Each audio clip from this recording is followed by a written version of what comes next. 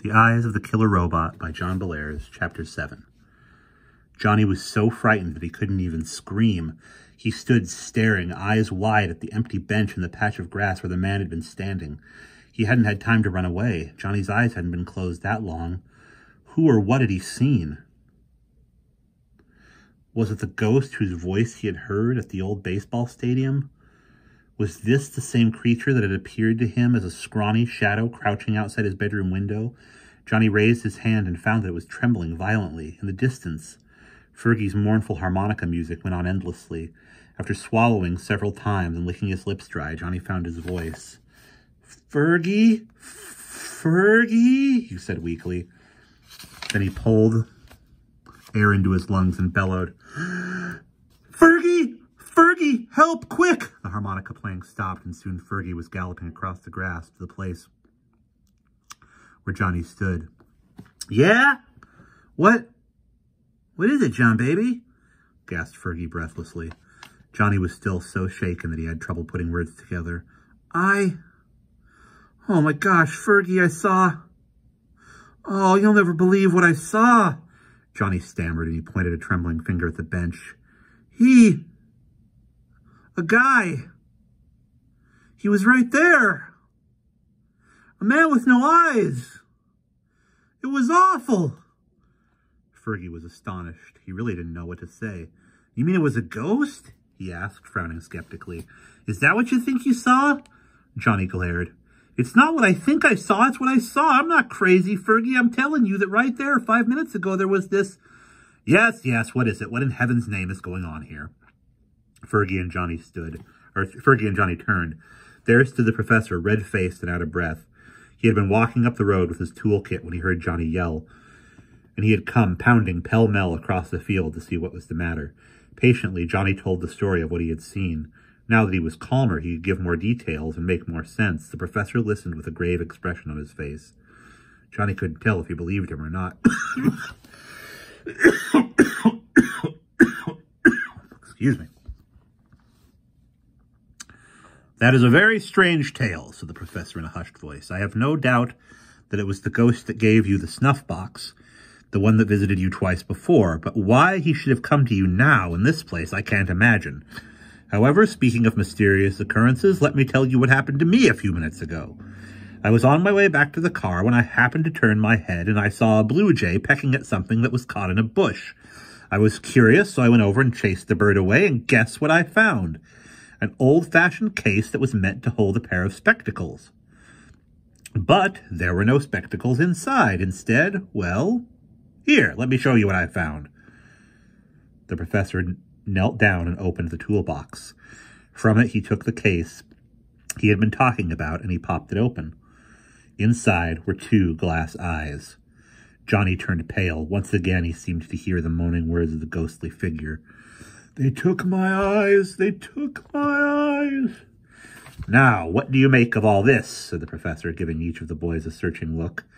"I will bet you $50 these are the eyes that belong in the robot we found.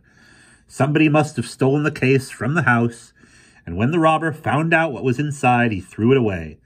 I suppose that if we had any brains, we would throw these disgusting objects in the robot away too. However, I have never been known for being sensible, so I am going ahead with my plan. Do I hear any strong objections from anybody?" Johnny and Fergie looked at each other. They both could see that something uncanny was going on here. But like the professor, they were not going to be scared away. Silently, the 3 of them went back to the place where the pieces of the robot were lying. The professor got some screws and a screwdriver out of the toolbox and bolted the head onto the body of the robot. With the help of the boys, the professor lugged the armless, legless figure down to the car. They put it in the trunk and then went back for the other parts. When all the pieces of the robot were in the trunk, the professor revved up the engine and made a screeching, lurching U-turn. As the car bumped away down the road, Fergie threw an anxious glance at Johnny, who was sitting in the back seat. He looked very pale and frightened. "Prof," Fergie asked, "how come you didn't put the eyes back in the robot?" The professor grimaced. "Because I did not want to stir up any evil forces that may be lurking near the old house," he said. "When we're back in Dustin Heights, there will be time for putting all the parts of the robot back together, and I hope We will also be able to figure out what makes it run. But I'll let you in on a little secret, Byron. If it turns out there is no secret energy source, and this is just a tin man full of gears and rods, I will not be too unhappy. We can donate the machine to a museum and forget about striking out Cliff Bullard. It was a pretty silly idea anyway. Now that I've seen the robot, I realize that it couldn't possibly have been used in that contest. There's no way it could have been mistaken for a living, breathing human being. You better hope there's no way, muttered Fergie as he thought about the heap of metal parts that clunked and clattered in the trunk of the professor's car. When they got back to the General Stark Inn, the professor went inside and explained to Mrs. Barnstable that he and the boys were going to have to cut their vacation trip short. He claimed that Johnny had come down with a bad cold and would need to be put to bed at home as soon as possible. Mrs. Barnstable was very sympathetic. She even refused the extra money the professor offered her. So while Johnny stayed in the car and pretended to be ill, Fergie and the professor went upstairs, packed all the bags, and brought them down. Mrs. Barnstable came out onto the porch of the inn and waved goodbye as they drove off. When they got back to Dustin Heights, the boys helped the professor carry the pieces of the robot down to his basement workshop. Days passed, and Johnny and Fergie went back to their normal everyday routine of school, homework, and hanging around Peter's sweet shop. In the evenings, they usually dropped by the professor's house to see how he was doing with the robot. It was funny to watch him pretending to be a handyman. He would dress in old jeans and a red flannel shirt, and he would take measurements and talk about screw eyes and wing bolts. But it was pretty obvious that he didn't have the faintest idea of what he was doing. Slowly, the robot got put together, and the professor's fingers got covered with Band-Aids. One day, about a week after the trip to New Hampshire, he called up Johnny and Fergie and told them that the robot was all assembled except for the glass eyes. He wanted them to come down and see the eyes put in, and they would have a modest little celebration with chocolate cake and champagne. Grandpa and Grandma Dixon were invited too, and they said they would come. Grandpa was very interested in seeing the robot and also a little bit scared. He remembered the way he had reacted when he first saw the robot 50 years before. At 9 o'clock that evening, everybody was down in the basement workshop, munching homemade fudge cake and sipping cheap New York State champagne. In the middle of the room stood the robot, who was mounted on its metal platform, and it looked very odd indeed. The outside was sculpted to look like a baseball player in uniform, and the pinstripes of the player's shirt and pants were painted red. On the head was a metal baseball cap with a large S for spiders stamped on the front, and under the creature's nose was a curling metal mustache. One arm hung limp, but the other, the throwing arm, was cocked back, ready to fire. The empty eyes seemed to stare unpleasantly at the people who milled about, sizing the robot up.